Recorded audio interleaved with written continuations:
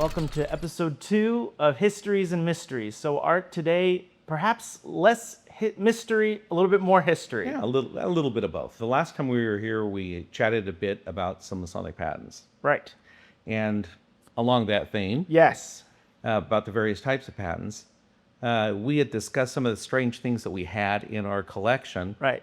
And I mentioned to you that there were some patent printing blocks, which I had saved from destruction. That's right. Some years ago. Yeah, we were moving these big, massive blocks. I mean, they're heavy. They are heavy. I'm surprised even how you got them out of that. Yeah. But we had these massive blocks that used to be what the Supreme Council would use to mass print patents. That's correct. We looked at some older examples at our last segment. Right. And what these blocks are is that they are wood and lead. Right. And they are engraved by hand, with a lot of decoration. Yeah. There are missing pieces and missing blocks, and that's where people would etch their names, or they would get custom blocks. Yeah, for there those would parts. be, exactly. There were custom drop-in blocks, which we have also, I believe. Right. But I think we have in the collection maybe 20 or so of these of various sizes. And in this example here, it is a patent for perpetual constitution of a consistory. Got it. And so we still issue patents today for the various bodies. Right. And this may be the block that was used to print this. I didn't compare them exactly, but it looks pretty darn similar to me. Right, right. And one of the things I think, one of the important things is we moved to this type of system because we started to standardize our work, right? Correct. Instead of just having someone sign a document, That's right, sort of ad hoc, we were producing so many of them. I thought, we should really start to standardize our work. And it's of course cheaper to be able to mass produce something than to make individual documents every time. And then these, of course, perhaps we'll jump into the next step, but you'll notice also these were not printed. These were sealed, pressed afterwards. That's after right. The fact. They have seals that are put on them, because those are the bona fides in a way. How are you going to fake that? Yeah, absolutely. I'm wondering, do you remember when, or at least perhaps in the Supreme Council's history, when did we switch over from writing those sort of patents into more of this mass produce? Was it really around Pike? It was. We started printing documents right after the Supreme Council was reactivated following the Morgan affair in the 1840s. One of the first things that we did was to reprint kind of a statement of authority, a circular, in which we said, hey, we're the Supreme Council, and these are the degrees over which we preside. Right. And so that was in the 1840s. And remember, Pike joins the Scottish Rite in 1853, and then he comes on and is told by Mackey, you've got to be at the head of this order, because he was such an organizational genius. And as he gets his feet wet, I should say, in the Supreme Council, he puts his fingers literally into everything. Yeah. So, statutes, ritual, design, everything. Yeah. This guy, he has his fingers. So we owe a lot of what we have to Pike into doing this. And on some of them, the patents were designed by Edwin McGrady. Right. Who was someone I'm familiar with. Right? Yeah. He's a local DC guy. Exactly. He was the calligrapher of the Supreme Council. Right. And so some of the beautiful designs, the drawings of the eagle, for example, these things are McGrady's work. Right. You start to see a lot of these patents. You do. You start to also be surprised about how consistent they were across. I mean, McGrady was, 1870s, 1880s, and you would see these types of patents all the way up to certainly till the, last couple decades. Yeah, absolutely. I mean, they're a little different today.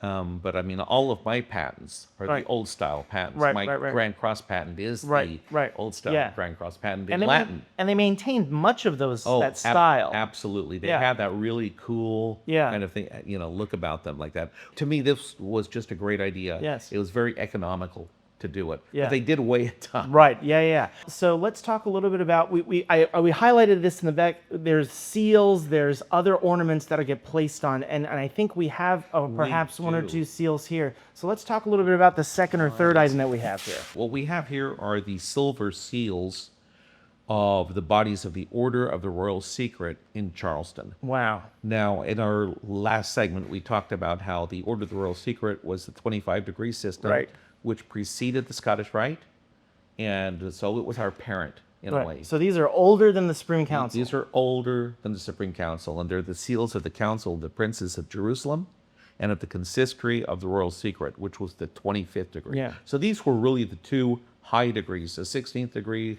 ruled over that council, and then the consistory ruled over the 25th. Who would have used those? Or perhaps you could tell us a little bit about each of them. And what was this a council? Was this the councils? Was this specifically for the head of the body? Yeah, these would have been the secretary seals. Got it. There was a position actually called the keeper of the seals and archives. Keeper of the seals. Very nice. And so that would be us. Yeah. So we would have kept these things in our possession and given them to the secretary to seal. Right. On patents. Interesting. And as you can see, these are not flat.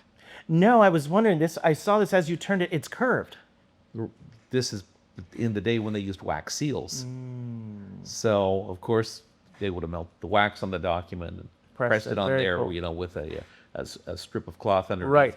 Tag, like we saw last. Right. That's right. That's right. And so these are those original seals back from the Charleston days. Wow. And these, I'm surprised they survived for this long. Yeah, it's amazing. Yeah, Truly yeah. amazing. Very cool. Every once in a while, I will look at things like this and I marvel because there is amount of tremendous detail. Yes.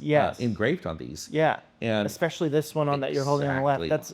This is the seal they're of both very detailed. the seal of the consistory. Right. Which is basically the same thing as the 32nd degree. Right. Today. Right. And it wasn't uncommon to take the seals and continue to use them in the Scottish Rite. So these would have been also used on Scottish Rite documents after the formation of the Supreme Council. So it's safe to say that some of those documents that we have in our archives may have been used using those seals. It's possible. I haven't compared them. They would have been something, either these or something very similar. Yeah, Absolutely. Very cool.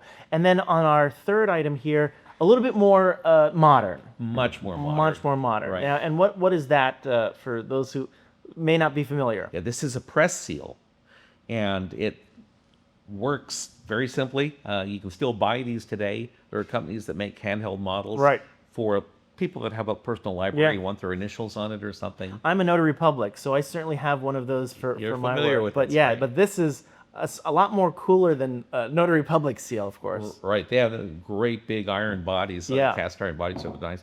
But they would make one of these for each of the bodies. Right. And so, whichever patent you needed, 14th, 18th, 30th, 32nd, 33rd, whatever, there was a separate press seal for that. Right. And we still have those today in the office of the Grand Commander, which he uses on official documents. Very cool. We have one for the Great Seal and the Petty Seal of the Supreme What's a petty seal? A petty seal is like the name implies, it's a smaller version. Okay. But the Great Seal of the Supreme Council would be this one, right here in the middle. Right. It has kind of a shield design with the eagle on it. The Petty Seal is also an official seal, but it doesn't include all the symbolism. Got it. Okay. And then, of course, these would be seals for the individual offices. So treasurer, secretary, grand commander, they would have their own seal. Now, would they manage their own seal, or would the keeper of the seals? The keeper of the seals and archives, exactly. Interesting. Okay. In fact, I maintained control over all of the seals here at the Supreme Council until just a few years ago when I turned them all over to the Grand Commander's office. Oh, that's not fair. We should be the keepers of the seals. Anyway, some folks focus on the rituals, the diplomas, or something. To me, I find this stuff so fascinating, just as fascinating as the ritual, because it's the business of the Supreme Council. Yeah, and a lot of people will refer to these, of course, as ephemera. Ephemera. There is the chance that they're going to go away. They're made of paper or they're made of parchment or something like that. Right. But I mean, these are Masonic documents, and they are just so cool. You want to keep them forever. Absolutely, and especially, the level of detail. If you preserve these last for such a long time. That they do. In fact, one other interesting fact is, as you know, as you look through our collection of patents, we have a number of them which have not yet been filled out, but were signed by Pike and Mackey. Wow. Just waiting for some other person to receive a particular degree. And someone had the foresight to preserve those. And we're glad they did, because we have these really cool things in the collection.